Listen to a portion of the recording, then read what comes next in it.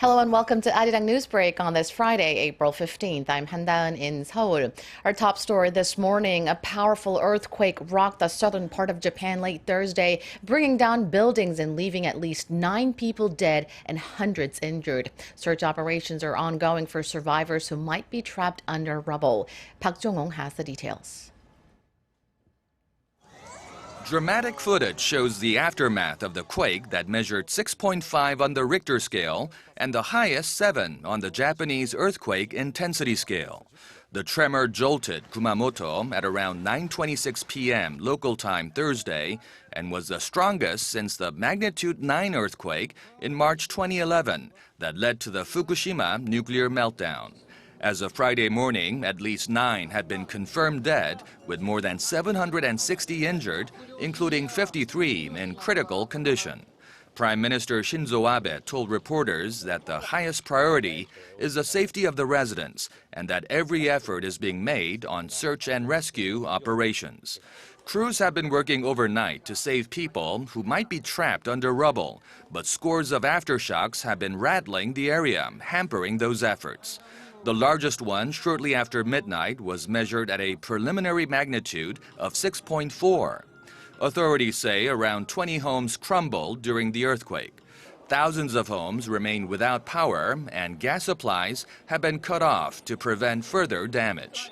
Authorities say there's no risk to nuclear reactors, as most of Japan's reactors remain offline following the Fukushima disaster in 2011. Japan's meteorological agency said there was no tsunami risk, and currently no tsunami warnings are in effect. But they advise caution, saying that aftershocks are expected to persist for about a week. Park Jong-hong, ARIRANG News. Now back here at home on the political front, following a heavy defeat in Wednesday's general election, the Saenuri Party is now on an emergency footing until it decides the best way to bounce back from the loss. The Liberal parties, which performed well, are looking to the future by dissolving their election committees. Kim Young-gil has more. Following the resignation of its leader Kim Moo-sung on Thursday, the Saenuri Party is running under an emergency leadership committee, with full leader Won Yu-chul acting as interim chief. The committee has agreed to accept any elected independents who wish to return to the party they left during a pre-election nomination row. The infighting is believed to have damaged the party's chances in the poll.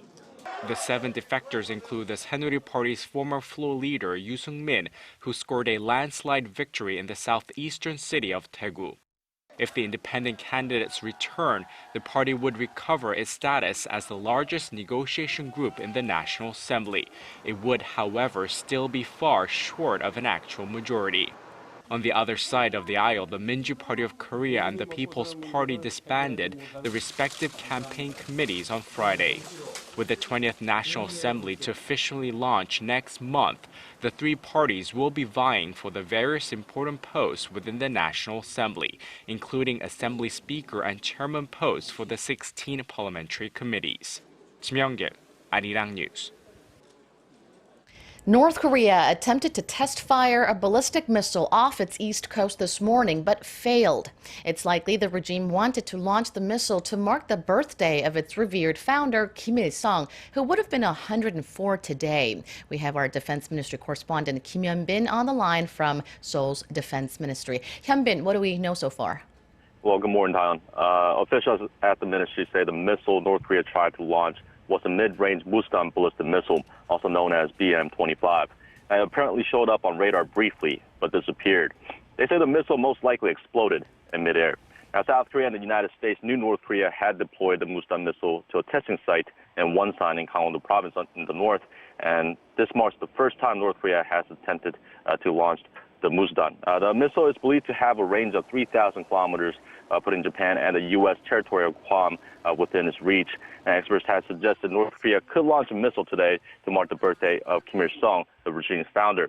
Now, despite this failure, experts say North Korea might attempt to test fire its intercontinental ballistic missile, the KN-08, early next month, before Pyongyang hosts its first Workers' Party Congress in more than 3.5 decades.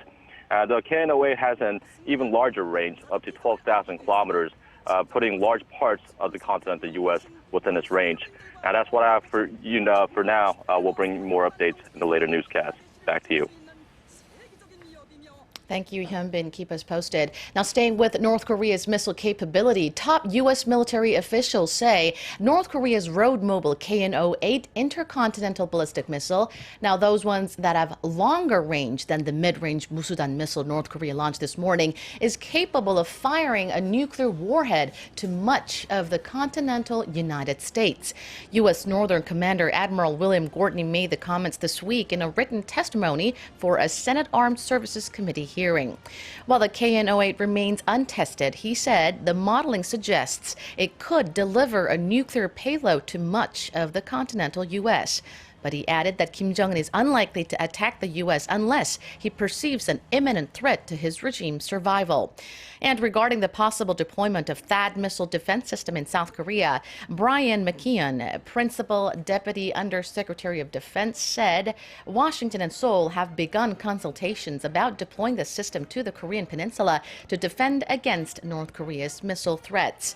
He said the two allies would engage in discussions about a possible site before making an announcement. Korea's job growth showed signs of picking up pace last month, with the number of new jobs added from a year ago coming in at 300,000. That puts the total number of employed at around 26 million. Statistics Korea says the rise came from the manufacturing and welfare-related service sectors.